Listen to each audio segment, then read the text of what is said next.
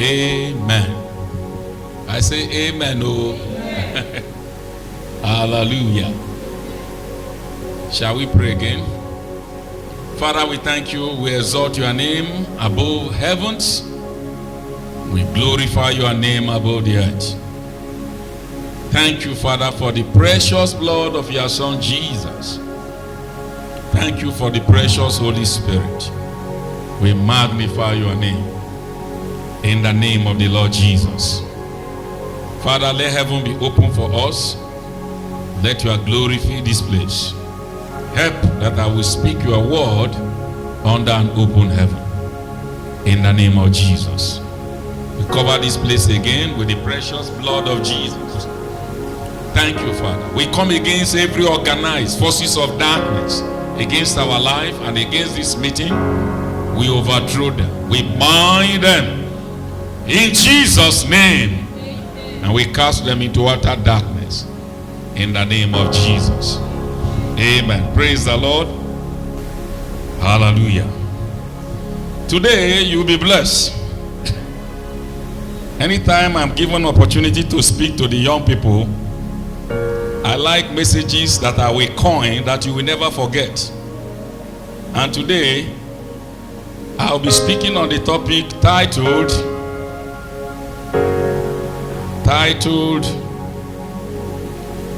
God's prayer to mankind. God's prayer to who? To mankind.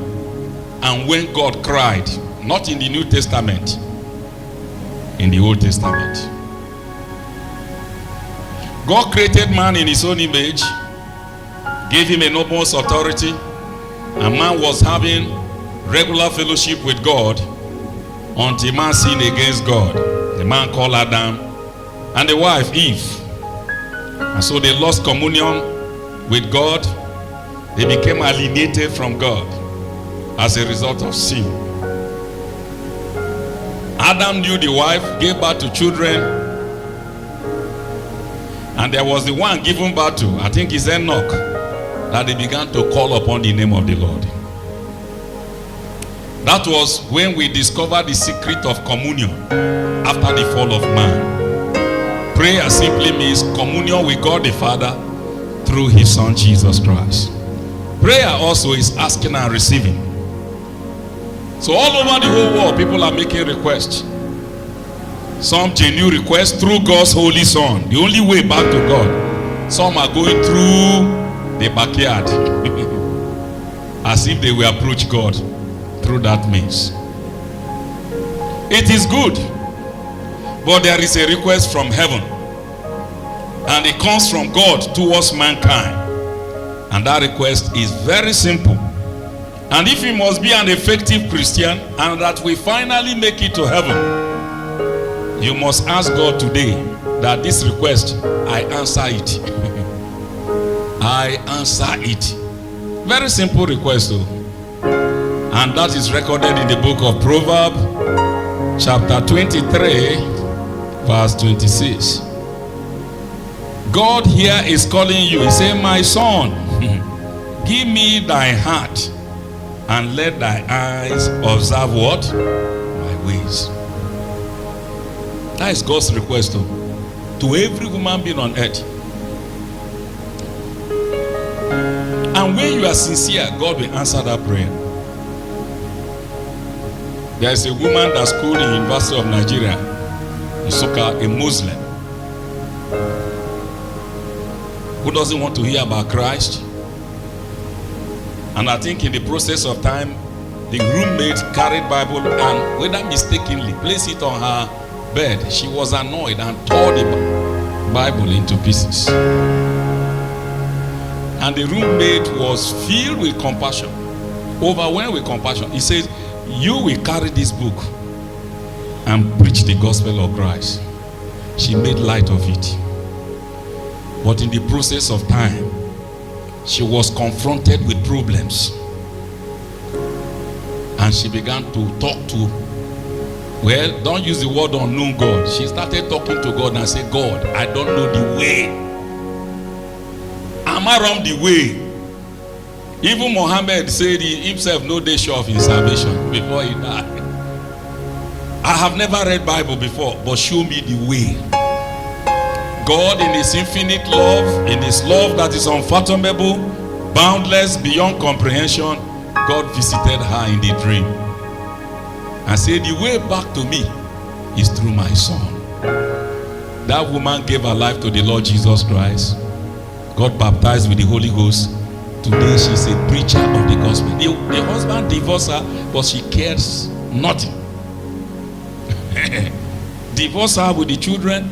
Today she's on full time like Paul, preaching the gospel of our Lord Jesus Christ. When you seek God, he said, you shall seek me and find me when you search for me with all your heart. God is asking from heaven, my son, you that is born again. God doesn't call everybody son. Once you are born again, you become a child of God. As you begin to develop and grow in Christ, you become a son. And God now is speaking from heaven, you my son and my daughters, give me your heart, not your soul, not your body. Your body should be also put under subjection, but give me your heart. And then your eyes will observe what? My ways. The word of God said the eyes of the Lord run to and fro throughout the whole earth to show himself strong on the behalf of them whose heart is perfect. People that seek God. When you say, David is a man after God's own heart, it is because of the state of heart of who? Of David.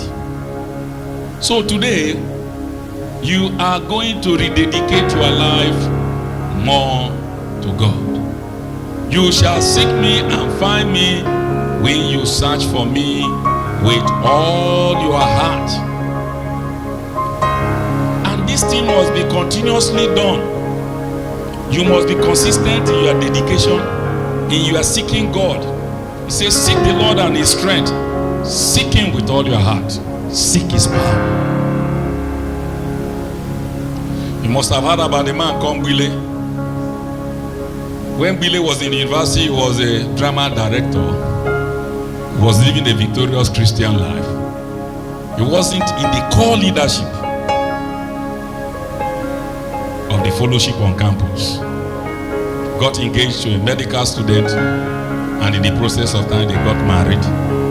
The dedication of Bile came to the peak when, after his NYC, he was employed as a lecturer in Castinala College of Education, physics lecturer. And she used that opportunity and that time to dedicate her life. To dedicate his life. Gave his life totally to the Lord Jesus Christ and began to study the word. Enter into serious prayer, communion with God the Father through his son Jesus Christ. And the miracle of revival began when they invited one man of God for the mission week in the college, and the man disappointed them. The students now say, we have only one uncle who normally come and sit down with us. Let's go and call him now to stand in the place of this man. That was how revival broke out. And now all over the whole world, the name Bile is known. Your dedication cannot be hidden. You cannot unconditionally, unreservedly, totally give your life to God, and then it will be hidden. It will show forth. My son, give your heart to me and let your eyes observe what? My ways. The Bible says John the Baptist was in the wilderness. What was he doing? Dedication. Looking for God with all his heart. Fasting and praying. He was there until the time of his showing forth to Israel. The way up is to go down. God told the children of Israel, go down and take root so that you can bear fruit upward. Am I communicating?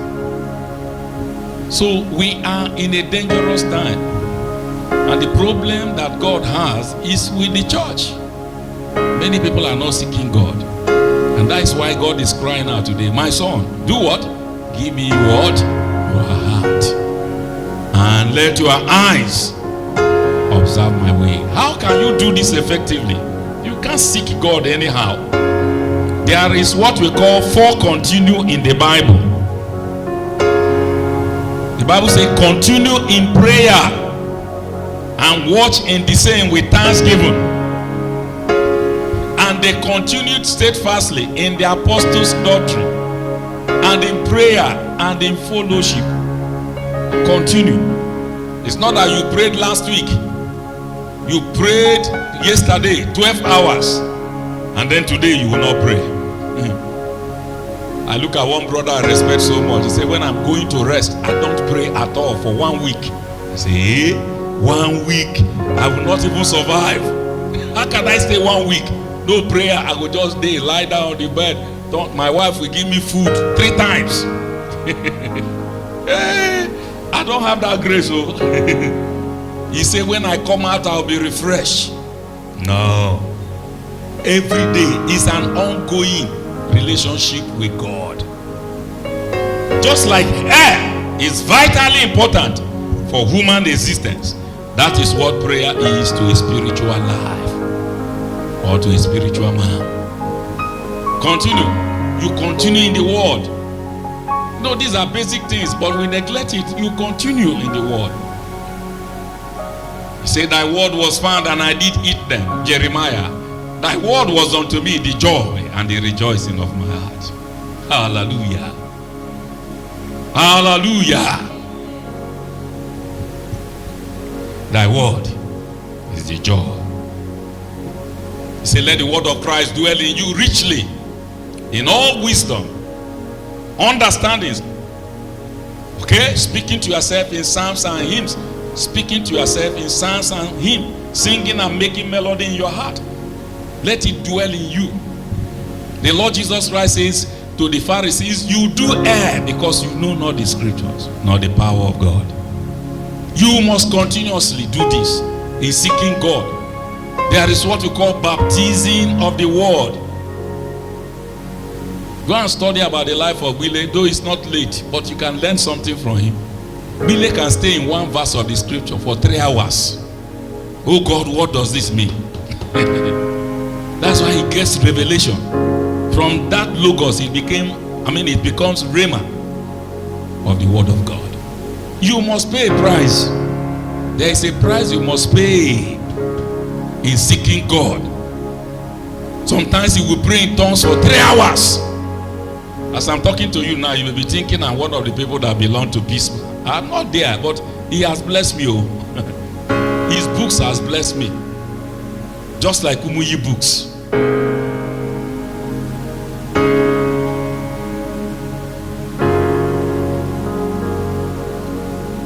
David asked God a question. How can a young man keep himself pure, undefiled, unpolluted in this adulterous, sinful generation? In this generation that fornication is prevalent among the youth. How can a man keep himself pure? And God spoke from heaven by taking heed thereto, according to my word. And look at the heart of David. He said, oh God, with all my heart. Everybody say, with all my heart. He said, with all my heart have I sought thee. I'm even looking for you. Let me not wander from your commandments. Thy word have I hidden in my heart, that I might not sin against thee. God is crying from heaven, my son, give me your heart. And these are the things you must be doing daily. You don't give your heart yesterday and say today, I give my heart to Satan. It's something you must be doing every day. You must pray. You must study the Bible. You must come to fellowship like this, where you hear the word of God and you are washed and you are cleansed. Because Jesus says you are clean because of the word that has spoken unto you. Some of you inwardly now, you are encouraged. Maybe you are discouraged before, but you say, no, This race I must continue. Why? Because of fellowship. Don't neglect the importance of gathering together, as the manner of some is, but exhorting one another as we see the day of our Lord Jesus Christ coming. Hallelujah. You continue in faith. The Bible says if you continue in faith, grounded and settled, and be not moved away from the hope of the gospel. Faith. You must continue in faith. Nothing like negativity. Don't tolerate it. There are two professors that are very close to me, and both of them believe that some of the sickness, let me use the word, some of the sicknesses that even they suffer is demonic, or that there is no ultimate solution going through medical line, or going through medical line can paralyze them. Yes. And so when they discovered this, they said the only option is to call me. And I discovered that there is one that receives immediate healing. Professor of ophthalmology. Immediate. The moment I go into program of fasting and minister to him. But the other one, you will labor so much before you can start getting result. And my wife said, the day I was discussing with her, I said, the other one has faith. Faith is very, very important. If you continue in faith, grounded and settled, and don't be moved away by the hope of the gospel. Okay, I want to tell you when God cried, and what made God to cry, we make God to cry if you are his child. Today, that's why I made up my mind that it is better for me to die an early death than to commit this sin. It is better to die an early death than to commit this sin. Okay? Psalm 81, when God cried. You think God only cried in the New Testament? Jesus wept. Jesus did what? Wept. That is the only verse that somebody knows in the Bible. Jesus wept. When they ask him to quote the Bible, say Jesus wept. Okay. Psalm 81. Let's look at verse 8. Psalm 81. 81 verse 8. Hallelujah. Glory be to God. I'm coming, huh? Psalm 81 verse 8. Hear, O my people, and I will testify unto thee, O Israel, if thou wilt hearken unto me. There shall no strange God be in thee, neither shall thou worship any what? Strange God. I am the Lord thy God, which brought thee out of the land of Egypt. Open thy mouth wide, and I will do what? I will fill it. We have used this to talk about the Holy Ghost baptism. Okay? But my people, verse 11, will not hearken to my voice, and Israel will none of me. So I gave them up unto their own hearts lust, and they walked in their own what? Counsel. Now look at when God cried. Oh! Is that not cry? Oh! That is God. Oh! That my people had hearkened unto me, and Israel had walked in my ways. Hey, look at what God says he will do. I should soon have subdued their enemies and turn my hand against their what? Adversaries. Hey, look at verse 15. All God needs is obedience. The haters of the Lord should have submitted themselves unto him. That is the problem of the church. But their time should have endured forever. He should have fed them also with the fineness of what? Of the wheat. And with honey out of the rock should I have satisfied them. Oh! That is God. Oh, just like the Lord Jesus Christ, God made manifest in flesh at the tomb of Lazarus. The Bible says he wept. Why did he weep? He wept because man was not created to die. That's why he wept. It was because of sin that brought death. So he wept. Now the children of Israel, God has shown loving kindness to these nations.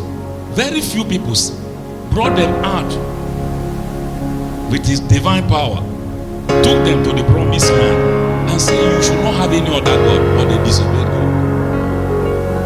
And God decided to disinherit them and sold them to the hands of their enemies.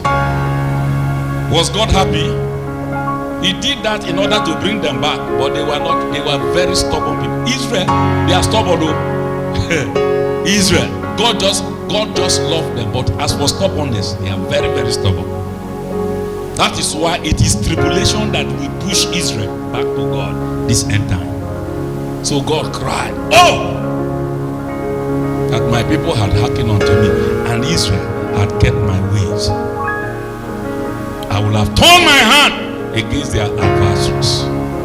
The haters of God will have submitted themselves unto God, and I will feed them with finest of wheat, and with honey out of rock will I have satisfied them. Oh! You better make up your mind never to commit idolatry. But there is another spiritual idolatry. We are closing now. That is covetousness. When you put your heart and your mind in something else than God, it's equivalent to idol worship. But fornication and all uncleanness and covetousness, which is idolatry, let it not be once mentioned among you as becometh saints. I was thinking of going to America because I have a brother who is born again and spirit filled. Sometimes you declare your stand to the public. There is nothing like second burial, and that should not be done for me. I'm not going to die now. I will go to my father Abraham in peace and will be buried in a very, very, very good old age. But if I eventually die, nothing like second death. Or is this second burial already talking? It's idol worship. Nothing like masquerade. It is a Christian burial. Christian burial. Nothing like widowhood. They compel you to stay at home. My wife, you shave your head. You be like Metesine. You are from Metesine. If somebody who didn't know you before will think you are mad, they have creped your head. Nothing like that. Just 3 days, 2 days after. I'm not telling you that I'm going to die tomorrow, but sometimes you speak out. All these things are elements of idol worship, and you must resist it. A native doctor died in my village at the age of 93. And he has been warning them, anytime I die, don't carry me to mortuary. Don't carry me to mortuary. The man eventually died, and the children now who are educated, they carry the man to mortuary in Asaba. They rally around all the Egugu in my village. They enter moto Egugu. Nasaba, then they go, they enter inside Federal Medical Center. The doctor, chief medical director, say, nah, release this man to go. The man had already spoken. The one of Ohofia, the man that died, he said, you people should never take me to church. If not because of the brother that told me this, I will not believe it. He said, don't take me to church. A core native doctor that sees Satan eyeball to eyeball died. And the children now who are educated, some of them outside the country, they now went to one Anglican priest. He said, your father said to the hearing of everybody in this community that they should never bring him to where? To church when I die. He went to Catholic. Catholic repeated the same. Because of money, covetousness. One Pentecostal pastor said, what is there? They will bring the what? I will pray over and then you go and they put the man in the coffin. You know they normally open the, that's how the native dog they jump out. They say it happened in Ohofia. Went to the pastor, Igboa, enter inside the coffin. That man died in less than 3 days. Covetousness. You are going to pray. The problem of man is what? Covetousness, and it's of the heart. You are going to say, God, today I hand over my heart to you. My son, give me your heart. And then make up your mind not to compromise in the area of idol worship. It's better to die. I told my father when my father was alive, he said, this egugu, I rather die than to go for egugu. When I'm talking about this, people that matters were in a council. I was going to church. Don't manage your Christian life. I say I will better die than to worship idol. You don't follow me to church, but you want to compel me to do your own. Foul! My father knew before he died that I will not compromise, and I never compromised. And I became a standard for everyone in my village. Have you been to my village? No. This one, my mother will say, this one is a Christian, but it's not like my son. That is it. My mother is not all that a committed Christian. This one is not up to my son. There is a price to pay. Hallelujah. I'm 61 now. 70 a day. 80 a day. There is an age I want to die, but I don't want to mention it. Amen. You shall seek me and find me when you shall search for me with all your heart. Shall we pray? Talk to God. The message is for your heart.